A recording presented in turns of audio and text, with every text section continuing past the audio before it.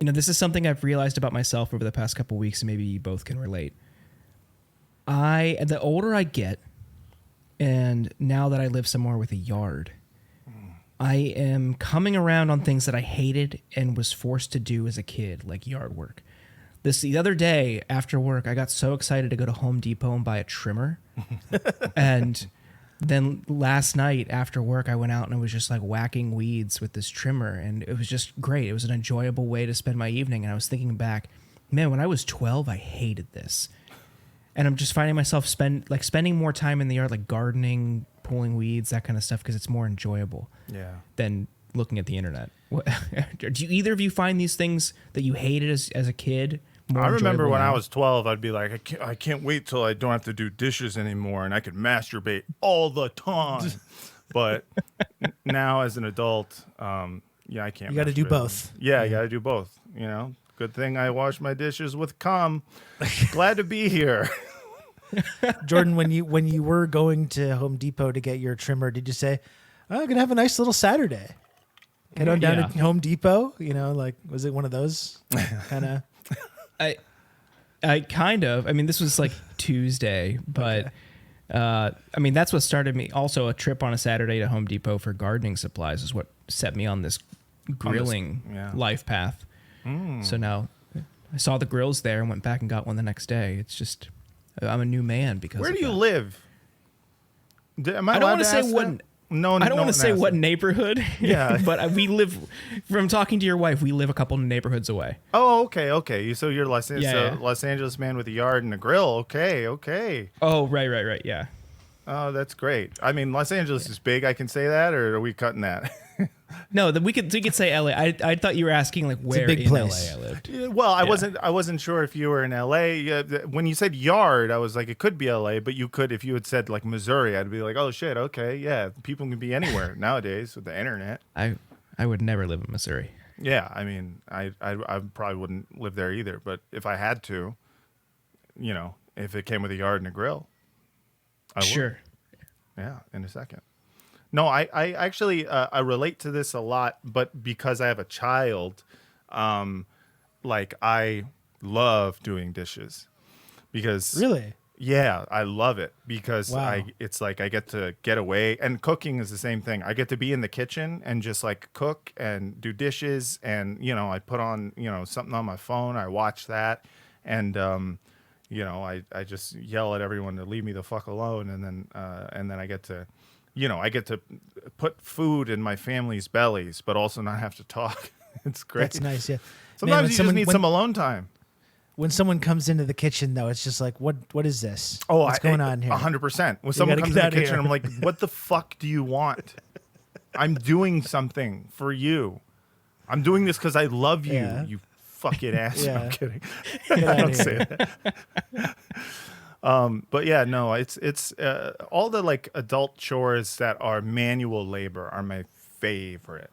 And anything that's like paperwork involved makes you want to cry. I still hate laundry, and I think I will hate laundry until I die. Yeah, maybe. I don't much Yard like work. laundry either. Yard work's got a nice appeal, and it's a loose yard. It's a lot of dirt, but there are some plants, and we've got some grass growing, and then a lot of weeds. And you own a home. No, we rent. Oh wow, you're doing yard work in a rented place. I love that. It's just something to do. It gets me outside. I feel productive. You have a cool landlord. I don't want to put words in your mouth, but my landlord is a psychopath, and we're not allowed to use we have a front yard, and we can be on it, but we can't leave anything on it because it's bad for the grass. Oh, okay. Yeah, not in that situation. Sure, I'll say cool. I'm not saying like landlords are the best. Oh, we're big fans of landlords on this podcast. Yeah. This is the landlord's situation. podcast. It's just a guy. One guy owns one house, and it's this one. That's great. I have a landlord who pretends as if this is her only property, but she actually owns like millions of dollars worth of property, but she's here all the fucking time. Anyways. Jordan, do you into those? Because first of all, I hate yard work, and I had a yard for several years, and now I live in an apartment again where I don't have one, and I don't hate that either. But Jordan, do you ever watch those like reels or TikToks of like the time lapses of the landscaping and the guys that do there's a couple of guys that go around to different houses and find those really bad overgrown houses, and then they'll do these videos. I love those videos. With where they do the whole thing. Those are great. Those are so satisfying to watch. The lawnmower man. He goes Yeah. like to everyone's house and he mows their lawn, and it's always like the most disgusting lawn, and then he makes it nice, and then they're like, "Thanks." And that's he'll it. just the one that I've seen. It's a guy that goes around neighborhoods looking for properties that are disheveled. Yes. and Yeah. will just do it. And if they want to like tip him, okay, but also he does it doesn't for expect free. anything for it. Yeah. They go I viral love- on Instagram, so then he probably makes business from that. It's That's fine, I guess. Yeah. It's one of the rare cases where doing it for clout is good. Yeah. Those are fun. Yeah. Hate the dishes though. Nah, fuck it. Oh yeah. I could Do you be have a any- dishwasher, Matt, or are you hand washing those? We have a half and half. So we have a countertop dishwasher. Okay. I don't know if you guys have ever fucked with one of those. It's like it's not a full size. It's one that goes on a counter, and you have to hook it up to the spout of your sink. And so while it's on, your sink is inoperable. Yeah, it's like it works like pretty good. But you can't fit like pots and pans in there. Like Okay. at some point, hope like God willing, I'll be able to afford like a house with a dishwasher that's full size. But then I don't know what I'll do with myself. Yeah. I spend so much time in there doing dishes. I'm hand washing all those dishes. I can't stand it. I hate it. Oh yeah. If that's your only option, that sucks. Yeah. Get It's not yourself cool. get yourself the countertop one. It's pretty great. I'll look into it. Yeah, Well, they're not I- that expensive. At what point, Rob, do you just pivot to disposable plates and silverware? Well, I don't think I'm ever going to do that, but I do sometimes pivot to just ordering food rather than cooking sometimes okay. because it's like, That's normal. fuck it. I The can't paper do this. plates, like adults, those are the ones that always like they worry me. Like if someone goes, Yeah, from like, that's when it's like, are you okay? Like, yeah, what's that's going like, on? are you gonna What's up? are you gonna like stop having shoelaces and do Velcro? It's like it starts becoming an issue of like mental Yeah. health after I've never a while. gone that far down that path, fortunately. I mean, it's like I understand, some people just want to not wash dishes, but as an adult to eat off of a paper plate in your own home, Yeah, I don't know. That that's just grim. bums me out. That's No, very I grim. agree. Yeah. All right, I've done it recently. Okay. I'm all about Okay. it. If it's compostable, like a compostable plate, Oh, because we've only got like 6 plates, and if I want to heat something up just quickly for lunch, I don't want to dirty up a plate and then deal with it later. You only have 6 plates? There's only 2 of us. Yeah. But yeah, I mean, all right. Yeah, I guess so. What if you have people over? Like, what if you have 7 people over? We've done well. Here's the thing: our driveway situation, we Call can't really Amazon, have get more one than like plate one delivered. other car. Oh, okay. So we don't really have people over, and when we have the past couple weekends for grilling, it's been paper plates, Okay. just all right. because we've been barbecuing. All right, that's fair. That's fine. We have. You're actually more normal. I think we have too many plates. We have like stacks and stacks of them. Fucking Okay. like the Titanic. It's insane. But so I'm This mad. is the whole This is- episode, by the way. This is all I it was going to is. say this is why you're here, Matt Lieb, host of Bad Hasbara, the world's most moral podcast. That's right. Matt, we're happy to have you. Thank you so much for joining us. Now, Stoked. from one serious topic to another, Matt, we have to ask you a question that we've asked just about all of our guests. Matt, are you a gamer? Oh man, I wish I could say, like with confidence, yeah, I'm a gamer. But I'm so half-assed when it comes to people these days who call themselves gamers that I feel like it's not fair for me to take that identity. So I would consider myself someone who enjoys video games and plays on a fairly regular basis the same games over and over. Very rarely plays a multiplayer game. So I don't know. I'm like I'm a weekend warrior gamer. Okay. I think that counts. We're not in the business of gatekeeping. You're not gamekeeping. Yeah, okay. Correct. Yeah. Sick. Yeah. Okay. Well, then I'm a gamer. Fuck yeah, dude. Poggers or whatever. What are you're talking like one? It's like you're a real I've thing. seen a stream before. I've watched people play games. When you say you play games repeatedly, you've played some over and over. What are those? What games are those? I just replayed Red Dead Redemption 2. The game that I play the most often is the one I come back to every time I finish a single player game that I've played for the third time. And the game I come back to is Call of Duty. So I play Call of Duty, 2 over and over again, just kind of the same maps, listen to an audiobook and just, shoot at people. You about 45 minutes, not super long. But the single player games I like a lot. I'm going to play Ghost of Tsushima again for the second time. I replayed all of Last of Us 1 and Last of Us 2 when the show came out because I was like, that was a good game. I'm going to play that fucking game again. I just I like a campaign mode, if I play multiplayer, I mute, I don't do it to hang out with people. What do you make? I'm interested in what your thoughts are about, especially Last of Us 2, which I love the Last of Us games, and I really enjoyed Last of Us 2. I've seen Neil Druckmann take a lot of criticism, though. Because he's women in from the games West is Bank. annoying. Exactly. I agree. Women they shouldn't in have games, big muscles. That's bullshit. It doesn't women make being sense. in games is bad. I think men only in games. Yeah.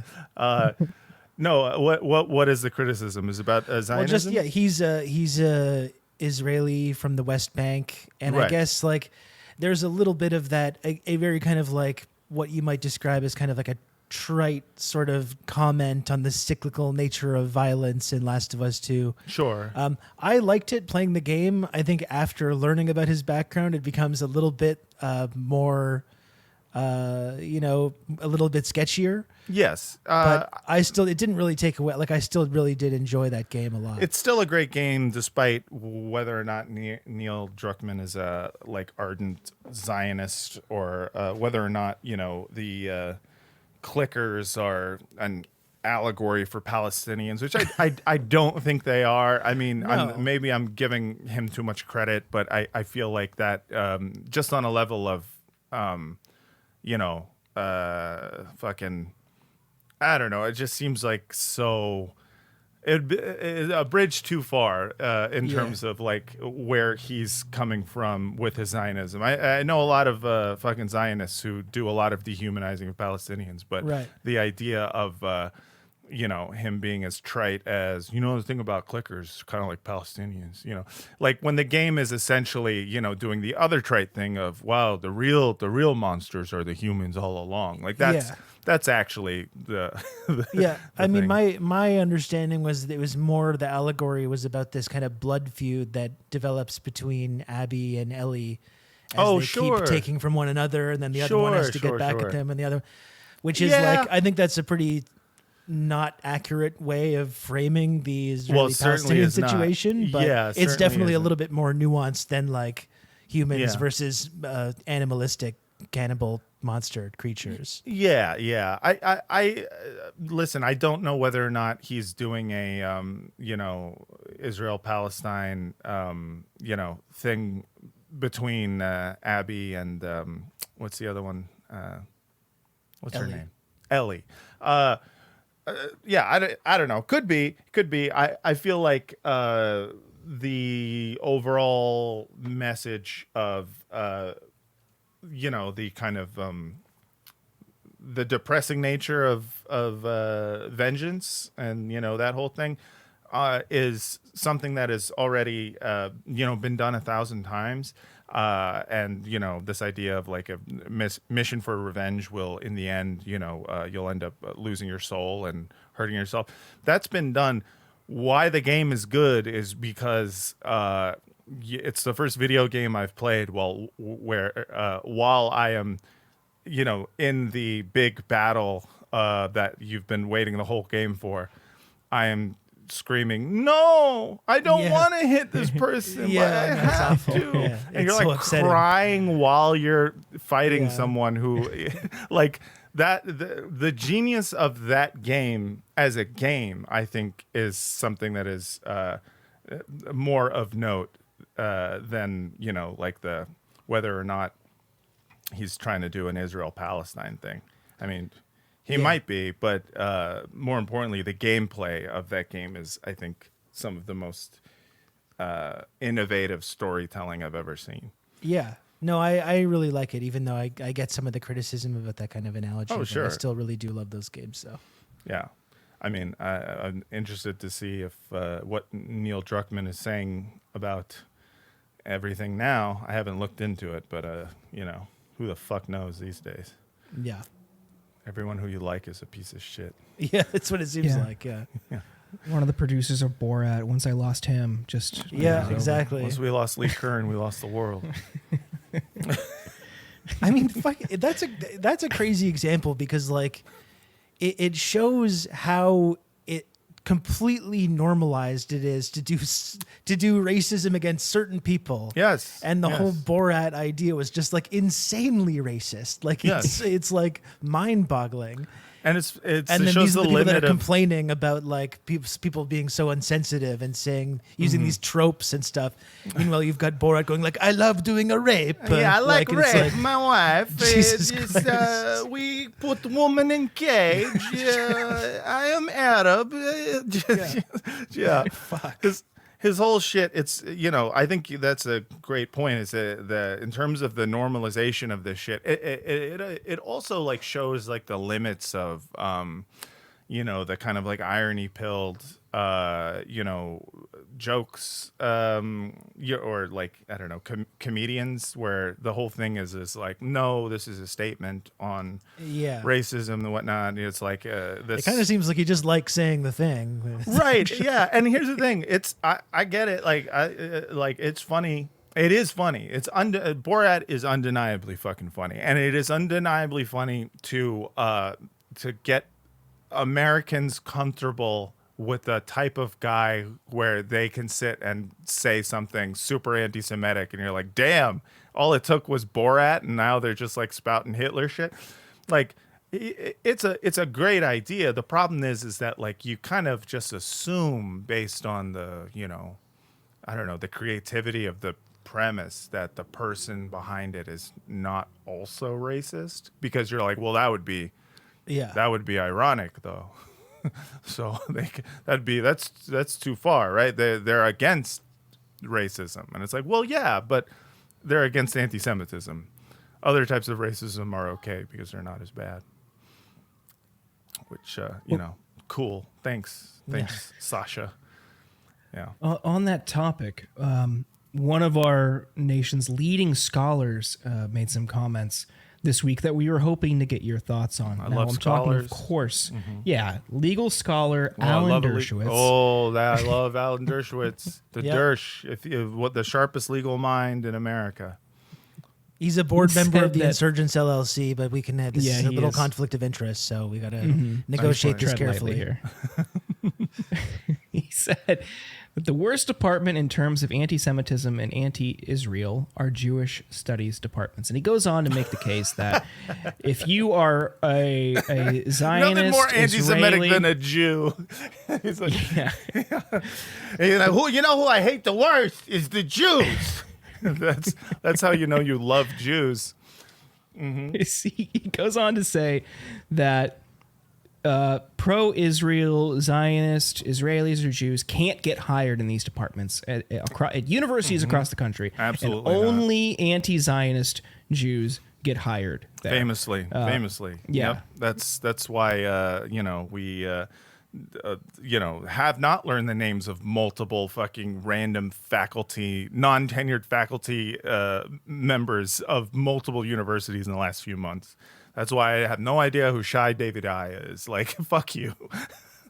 It's like they can't hire Zionists. Get out. He's so up his own ass. I guess when to me, making a claim like this, not that he has been a sane voice of reason throughout this conflict or at any point in the past several years in his life. Yeah. But this, I think, just demonstrates how flippantly people are throwing around these terms like anti-Semitism or just general notions of anti-Israel. Right. It doesn't just. I can't imagine you would disagree, but of course it does a disservice to very real instances of anti-Semitism that we've seen. Of course, and anti-Israel views that are just rooted in animus rather than against a Zionist project. Could you, from your perspective, through your work, through your commentary, I mean, could you talk about how we need to parse these types of things? And when you hear someone like him make these comments, how does it make you feel? Does it water down these instances, these other very real instances? Yeah, I mean, listen, the whole conflation of Israel and the Jewish people in and of itself is anti-Semitism, and this is like stated by people who are like the ADL have said this verbatim. The idea that you can't. You got to talk about Israelis and not the Jews, which is true. That is 100% true, except for if you are doing it in defense of Israel or if you are praising Israel. It's like the double standard is so fucking insane that it's just like they are trying to pass a bill which rewrites the definition of anti-Semitism to just be criticism of Israel. And by definition, by saying it's anti-Semitism, not anti-Israeli or not anti-Zionist, you are then conflating all Jews with Israel. By definition, it is anti-Semitic to do that. So you can't just out of one side of your mouth be like, hey, what are you doing conflating all Jews with Israel? And then on the other side of your mouth be like, it is against the Jewish people for you to ever talk shit about Israel. It's fucking ridiculous. And it's also nobody who is Jewish, we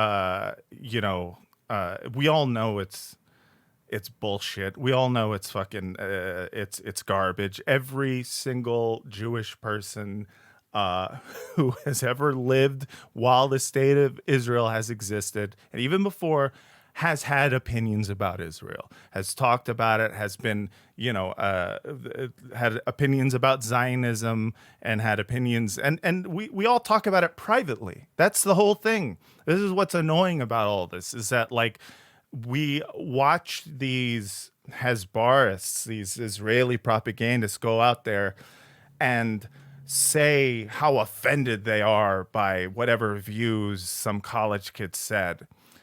We've all had that conversation with somebody we know personally, and whether you're an ardent Zionist or not, you've been like, yeah, I see your point. Like, we say this shit. We have civil discourse about Israel within our own, private Facebook groups and private conversations.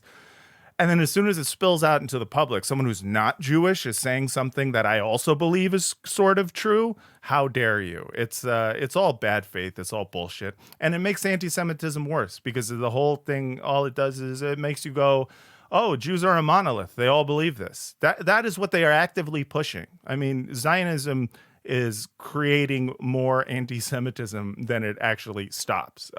So the idea that it's like, it has to exist for the safety of Jewish people, I believe the opposite. It has to not exist for the safety of Jewish people.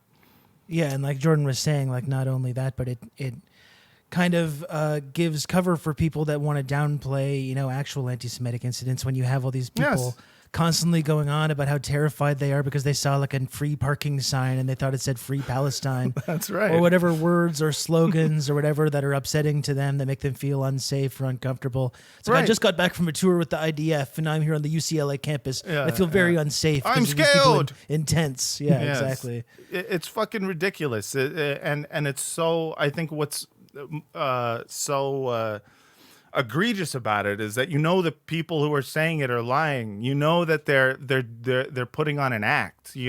Like I believe that there are students on college campuses who for the first time ever are hearing criticism of Israel, and they are scared because they have been told their whole life that criticism of Israel only comes from a place of Nazism, anti-Semitism, Jew hating. I don't downplay their fear. I just don't prioritize it because it's like, well, time to learn something. That you're in college for a reason. One of them is learning. The other one is weed. So it's not that I think that, anyone who, claims to be scared is lying. It's that the people who are constantly putting out the videos, the ones who are making the content, are clearly provocateurs. They're clearly lying. I mean, you talk about the video of the UCLA guy, the IDF soldier, standing in the middle of the camp. He had to walk through to get to that part of the camp. It's not like he just ended up there. He had to walk through it, and then he stands still in the middle of it, and he goes like, I'm scared, help me. You're literally an IDF soldier. There's no fucking way you're scared of college kids. I'm sorry, you're not. You are lying. Yeah. Same with the videos of the woman, the Zionist Karen with her dog. Did you guys see that one? Yeah. Being surrounded. Yeah, surrounded. Help! I'm being surrounded. Like, Everyone they're not letting me leave. They're like, yeah, you everyone can leave is like, anytime. she's free to leave. She's free to leave. In fact, the funny thing is that like more so than being free to leave, they also are actively try not to let people in. They try to push out anyone who's there to do any kind of like provocateering or whatever. Like anyone who's there clearly to make content and start trouble. They're like, no, get out. They won't talk to them. They won't give them a soundbite. And they try to make content out of that. There's another video of a girl who went to one of the, maybe it was UCLA, I don't know. And she starts crying because no one will talk to her. And it's like, you just found a reason to cry. Like, this is so scary. No one will tell me why they're here. And it's like, you're just mad because you can't get the soundbite you want. No free clout. Yes. So now you're like, okay, well, how do I make it scary that these people are being this peaceful? It's like you just go, well, yeah, all this like, peace reminds me a lot of aliens or something. Like they have to like make up new shit to be afraid of because they're not getting what they want, which is what they want is someone to scream in their face, fuck you, Jew, we hate Jews. And the only people who are doing that are Zionists who are going on these campuses. And the Daily Beast put out a story recently. A Zionist counter-protester yelled, kill the Jews, and everyone else was arrested. That is like the headline of the article. I mean, it's so disgusting because clearly what's being prioritized is the narrative of the Israeli government and the Zionist narrative. And that's being prioritized over the safety of Jews. And I think the ultimate example of that is, I think it was back in 2014. I'm not exactly sure, 2016 maybe, but Jonathan Greenblatt was the head of the ADL, and he got a memo. I'm sure you guys have probably already covered this, but I'll just repeat it for the sake of... but he got a memo from his staff. The question was going around of should we be supporting and putting forth anti-BDS laws in the United States to go through different state legislatures and stuff. And the staff, did some research. They did a little study, and they concluded that this would actually cause more anti-Semitism than it would, stop. That it was actively a more dangerous thing to sponsor this kind of legislation, which would, basically, that infringes on the rights of everyone. To making it illegal to boycott is fucking insane. That is a level of control that is, if someone, wrote it in a fucking science fiction book, you'd be like, oh yeah, that's they're describing a fascist state. So like they said, hey, don't do this. We're the ADL. We shouldn't spread anti-Semitism. That memo was leaked because it was completely ignored. They did it anyway. Jonathan Greenblatt made a conscious decision to put the state of Israel over American Jews. And like that to me is like the perfect example of like, you don't care about the safety of Jews in America or in the diaspora. You only care about not even the safety of Jews in Israel. You only care about the strengthening the government of Israel. You only care about the project of Zionism. And, that's, what do you call it? Anti-Semitic. And I'm against that. For the record, I'm against anti-Semitism. Yeah. Good to clarify. We were unsure up until this point, so now our listeners should have a better idea of who they're dealing with. Yeah. Yeah, it is insane. I guess what we've seen in the past couple of weeks, somewhat heartening developments, right? This is a couple. Let's silo the worsening invasion of Rafah, Sure. and the Washington Post has a terrible, just heartbreaking story yesterday on how bad it's getting there and the worsening humanitarian crisis. Mm-hmm. However, we're seeing the ICC. We covered this earlier this week. The ICC announcing it's pursuing arrest warrants for Netanyahu, various Israeli and Hamas officials. But then also we've seen a few European nations call for and to seek to recognize a Palestinian state. That's right. That, I think, is very interesting to me, and I'm curious what you make of that. Is this the beginning of a tide changing in Europe, or are these few countries just outliers? So it was Norway, Spain, and Ireland who, let it be known that they choose to recognize the state of Palestine. I don't know how official anything is, like what it even means. I don't know what it means when America does it. Like, I remember for years it was just like, we can't recognize the state of North Korea. And I was like, doesn't it exist whether or not you recognize it? What the fuck are you talking about? I think it is, the fact that they've never done it before, as far as I know, I guess. I'm just learning about this stuff, but that is obviously a step in the right direction. I think it's cool. I don't know if that necessarily means there's going to be a sea change with other European nations, deciding to do the same thing. I think that, the United States and Israel has made it clear that, hey, the rest of the world can fuck off when it comes to this shit, because we are going to, we don't care about the international community. Like, they wipe their ass with the international community. They always have. But I do think that, it does become harder and harder and harder for the United States and for Israel to continue, to continue doing what they're doing when you have so much international community pushback, because it not that the people currently in power give a shit, but that the people of the countries, including the United States, do give a shit, because they're like, okay, we're isolated as fuck. It's one thing for a bunch of MAGA conservatives to be like, good, we don't care about the rest of the world, fuck them, they're all trans, whatever. But to have majority of Democrats wanting a ceasefire, to have more and more of the people, these actual human beings, not the goblins and fucking Congress and shit. Like the to have their mindset be more pro-Palestinian than before is great. And that, when the international community it decides a thing, it doesn't necessarily mean it will happen, but it does help pressure.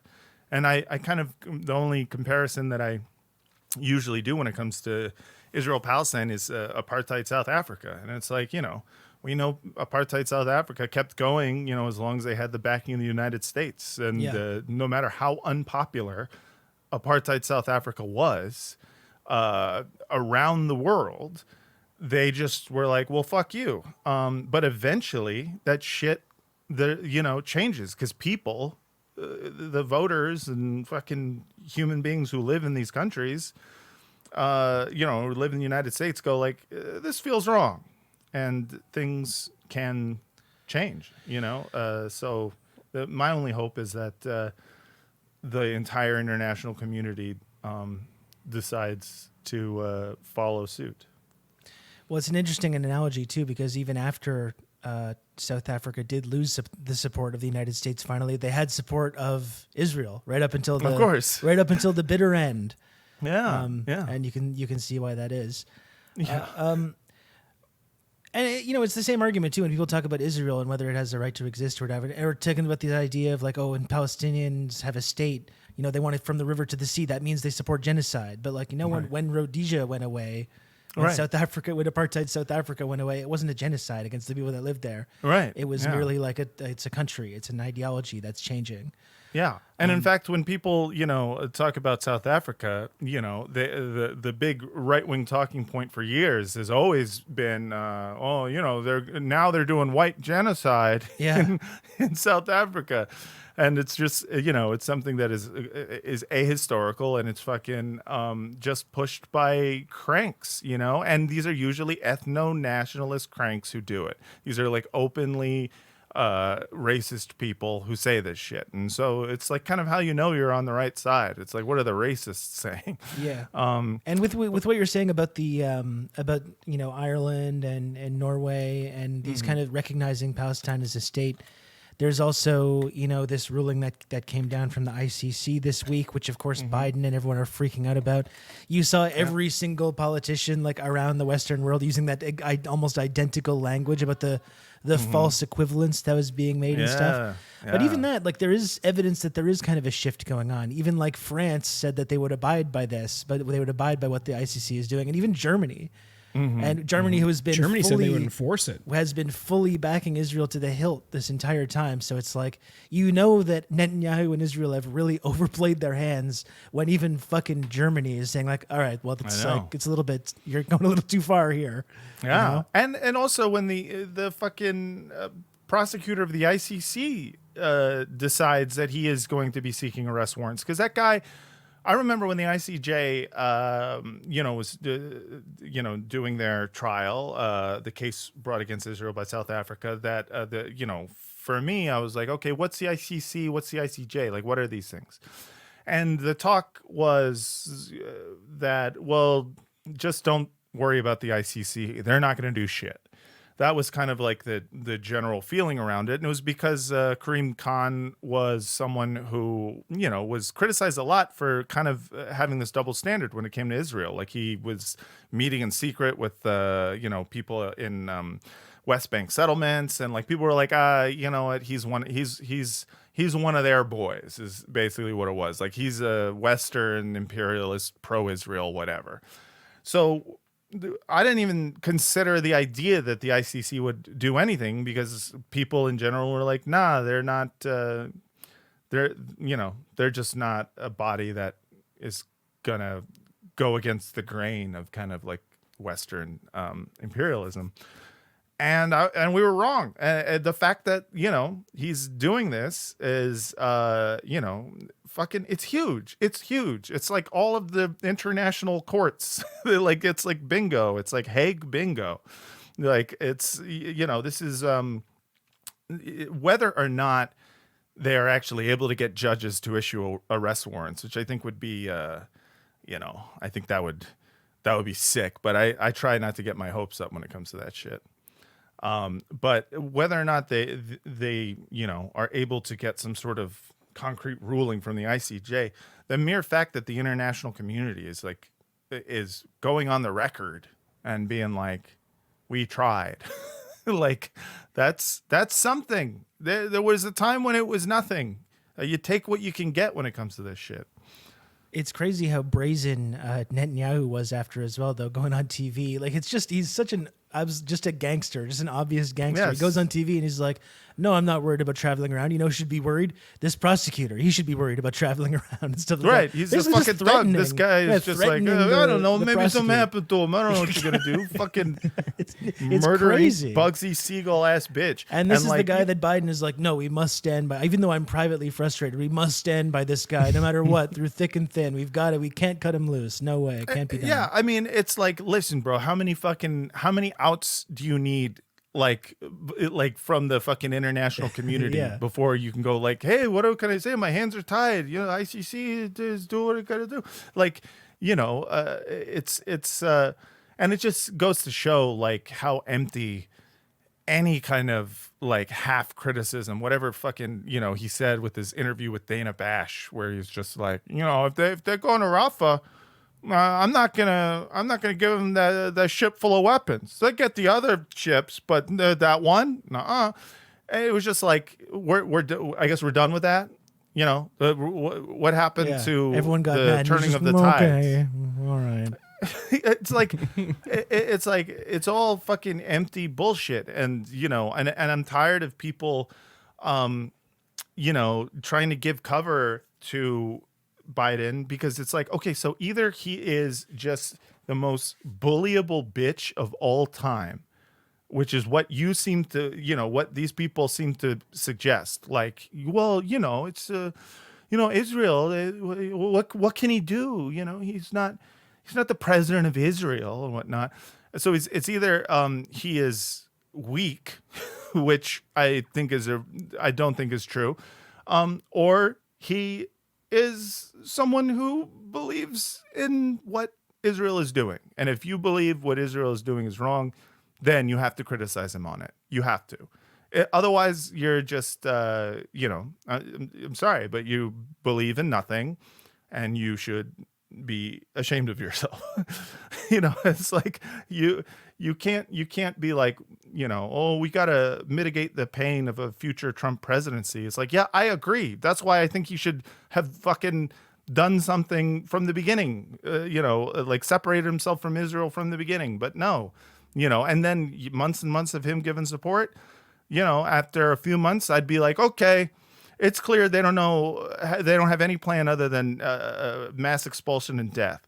Maybe we should, not back this horse. Like, it's clear that he just believes in this shit. It's so clear.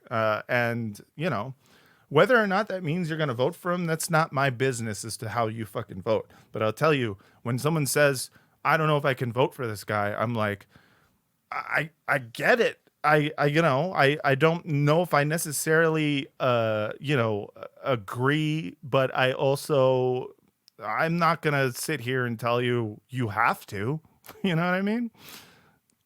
Anyways. Now, on Netanyahu, even though Chuck Schumer has called for his removal, he's also extending an invite to Netanyahu to come address Congress. Now, tonight, It's called centrism. Bernie Sanders, you just got to you got to work with people you disagree with. Yeah, that's what tonight, Bernie Sanders on CNN said he would not attend an address from Netanyahu if he does come to Congress. Now, Matt, before we started recording, you said you did have tickets and you were going to camp out to make sure you can get in. Your plans change now that Bernie's not going. No, I'm still going, bro. I'm still going. I need to see Bibi speak. He is Habibi. He is my boy.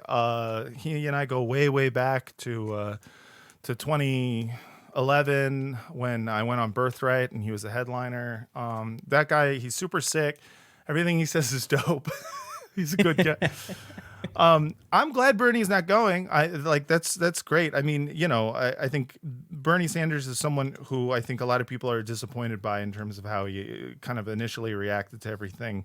And he has taken a lot of steps since then to kind of like differentiate himself from the rest of the, kind of like AIPAC compromised lawmakers in this country. So I feel a little bit better towards him since again you take what you can get. But it's like it is hard because we just don't have anyone. There's no one who is a senator, as far as I know, who's in any way taken up a position that I think the vast majority of Democrats agree with. You know what I mean? Like, there's no, do we have, what is Dick Durbin called for a ceasefire? Is that a guy? Did I make up a guy? Is there a guy? He kind of did, but then like never did anything else about it. He like very early on made a statement that was kind of generally like, maybe this is too much. Right. And then just never did anything else again. Right. So like, I don't keep up too much with, electoral politics and stuff. And so I don't exactly know. I can't claim to know who is where on what position and whatever. But like Bernie is close as we can get to someone, who is going to take a sort of stand, but it's just such a bummer that there's just not anybody out there who's fucking normal, like a normal guy. It's so funny when John Fetterman was running, I remember one of the things that I kind of liked about him. And again, I don't know anything about electoral politics, but I was like, I don't know. He seems like a normal guy, and I know he went to like Harvard or whatever the fuck. And it's like, well, yeah, that's why he's running for Senate, because he fucking, comes from that world. But I don't know. He's big. I don't know. He's a, we need a large man. Sure. And then you just see that nah, man, there's just no fucking normal guys out there. Just we have a few people in Congress who are correct. We have like Ilhan and Rashida are fucking great. And I commend the shit out of anyone who backs them up. Anyone who denigrates them in any way, I'm just like, fuck you, I don't fuck with you. Because what else do we have here, guys? What are we doing? But it's just we have no fucking leadership on this shit. And it serves the Israeli government's purpose of making you feel like a fucking psychopath. Like you're crazy for thinking Israel's doing anything wrong. It's like, well, if no one in the Senate is saying they're doing something wrong, maybe I'm fucking psycho. It's no, you're not. They're psycho. You're normal. Yeah. Just letting everyone know out there, you're normal. This is like half of what I do on my podcast. Some of the people that listen to the show are not normal. I got to say, let's not jump I don't the gun know. there. Everyone's, content hogs are different, but I try to let people know if they have the feeling that maybe that they're wrong. No, you're right. You are right to feel like this is horrifying. Well, Matt, we want to thank you for your time. Where can people follow you and check out Bad Hasbara? Thanks for having me on. You can follow me on Instagram at Matt Lieb Jokes. I'm on Twitter at Matt Lieb. And yeah, listen to my podcast, Bad Hasbara, the world's most moral podcast. It's hosted by a couple of anti-Zionist Jews, me and Daniel Mate, who's Gabor Mate's son. He's a guy who did musical theater writing for a long time, and then we hooked up when we were yelling at the top of our lungs on the internet about how everything was fucking stupid, and then we were like, let's do a podcast. And yeah, check that out wherever podcasts are given away for free. It's also on YouTube. You can watch it if that's a thing you like to do. But you know, just listen to it. That's where the ad revenue comes from. YouTube just steals your money. Fuck that shit. Also, I'm not much to look at, so. You're And very shout out handsome to man. Thank you. Shout out to my wife, Francesca Fiorentini. If you like her, she's been on a couple of episodes, and also she's my wife. I don't know. My wife. My wife. I can't not do it. I can't. It's I know impossible. it's bad, but I like very much sex. Thank you, Matt. Yeah, thanks for having me. Thank you so much for joining us. Okay.